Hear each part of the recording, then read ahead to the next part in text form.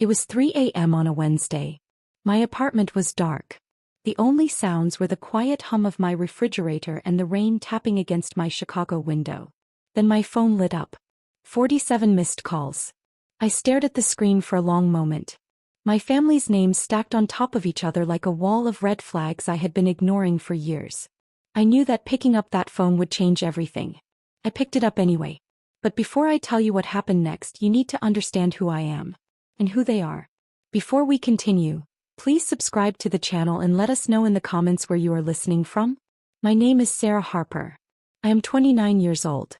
I am a senior financial analyst at a firm in Chicago. Numbers are my language. Logic is my default setting. And for as long as I can remember, my family has been the one equation I could never solve. There were two kinds of children in our house. Leila. And everyone else. Leila was the golden one. The beautiful one. The one my parents pointed to at family dinners like a trophy they had personally designed. She had never held a job longer than 3 months. She had never paid a single bill herself. But she had something I apparently didn't. She had their complete, unconditional devotion. I had something different. I had, Sara's responsible. Sara will figure it out. Sara doesn't need us. I had spent 29 years figuring it out. Alone. Then in January of this year, Leila met Syed. She met him on a dating app. He was charming, well-dressed, and spoke with the kind of confidence that belongs to men who have spent years perfecting a performance. He told her he was a businessman. Dubai-based. Old money. The kind of man her whole life had been building toward. My parents believed every word. Within 8 weeks there was an engagement ring. Within 12 there was a wedding planned in Dubai. 5-star hotel. 150 guests. A dress that cost more than my first car. I looked at the numbers. I tried to warn them. Mom, you refinanced the house twice. Dad, you have 4 max credit cards. You cannot afford this.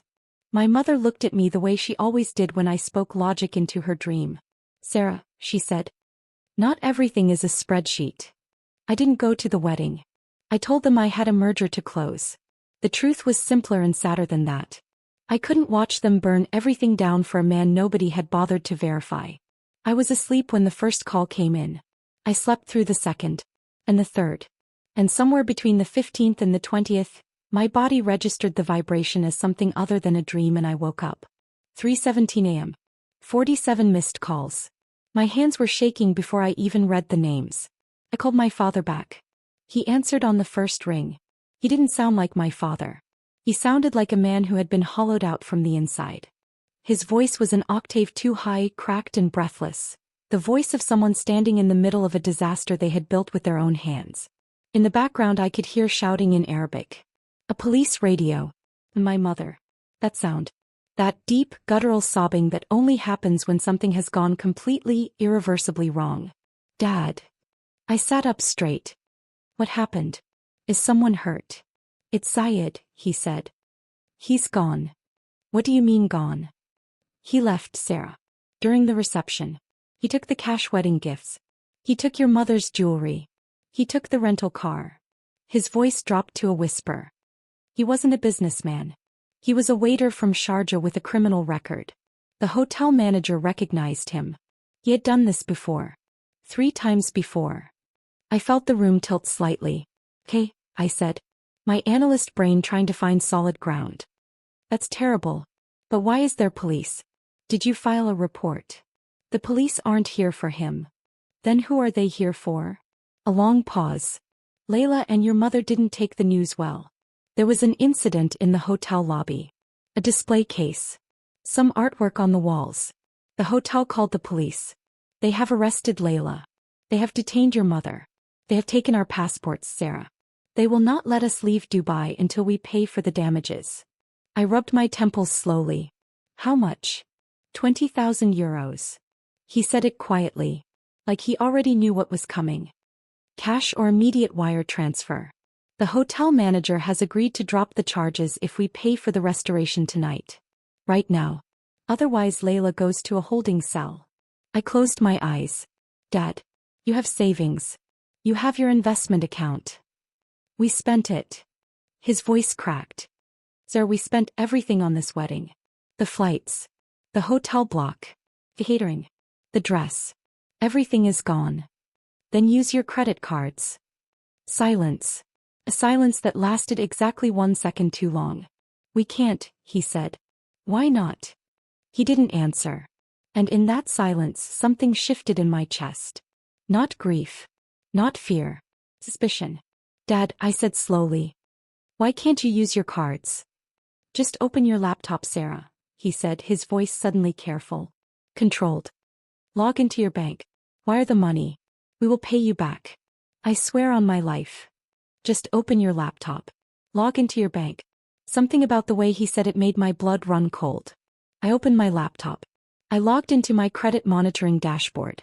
I hadn't checked it in 3 weeks. My finances were on autopilot. Perfect credit score. 0 outstanding debt. Nothing unusual. Until tonight. A red banner flashed at the top of the screen. Alert. New account opened 11 days ago. Creditor. Emirates Credit Solutions. Type. Personal line of credit. Balance, 18,000 euros. My breath stopped. I clicked the details. The inquiry had come from an IP address in Texas. My parents' house. Then another alert. A hotel booking confirmation. 5-star. Dubai. The same hotel my family was currently staying in, surrounded by police. The name on the booking was Sara J. Harper. My name. I scrolled to the bottom. My signature. Forged. The loop's a little too wide. But close enough to pass a quick inspection. I felt the blood drain from my face. Dad, I said.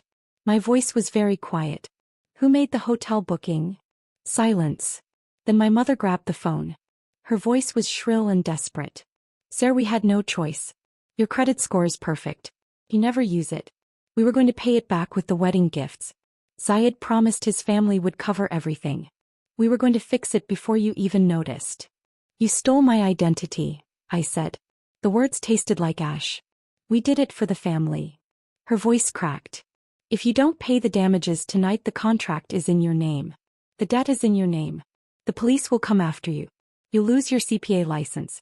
Your career will be finished. I sat very still. The trap snapped shut. They hadn't called me for help.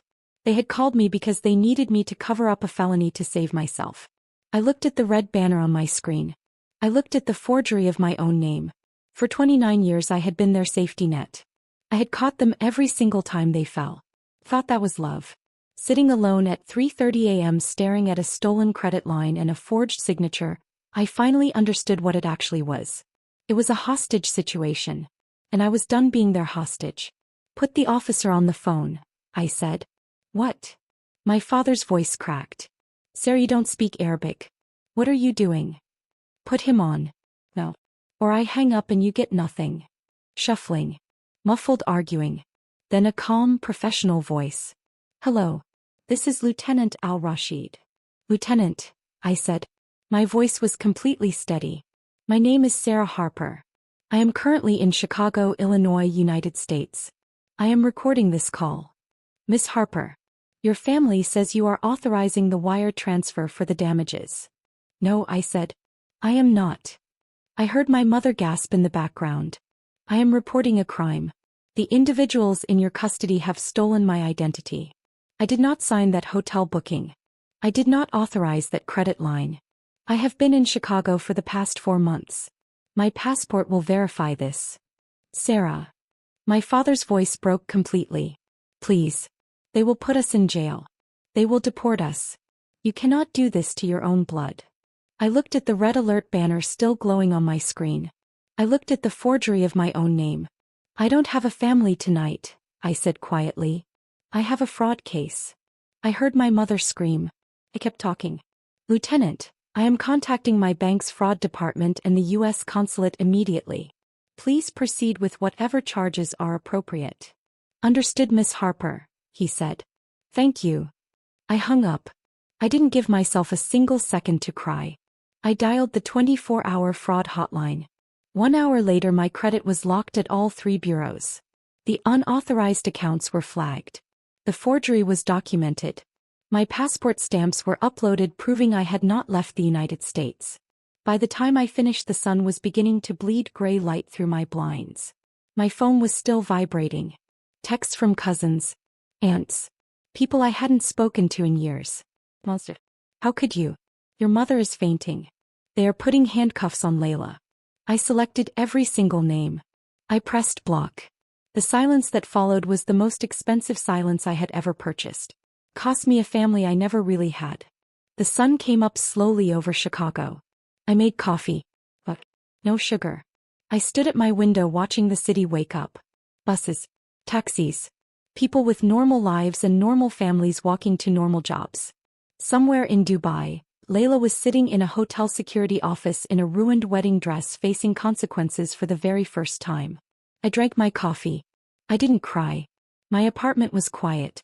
Completely, beautifully quiet. The kind of quiet you only appreciate when you have spent your entire life absorbing other people's chaos. I had built this place myself. Every piece of furniture. Every bill. Every month of rent paid on time with money I had earned alone. Nobody gave me this. Nobody could take it either. I still think about that night sometimes. Not with anger. With clarity. They had spent 29 years treating my responsibility like a resource they were entitled to drain. They called it love. They called it family. It wasn't either of those things. It was just a very long con. And the night they finally overplayed their hand, they forgot one thing. They forgot who they were dealing with. I am a financial analyst. I know how to read a balance sheet. And I know exactly when a liability is no longer worth carrying.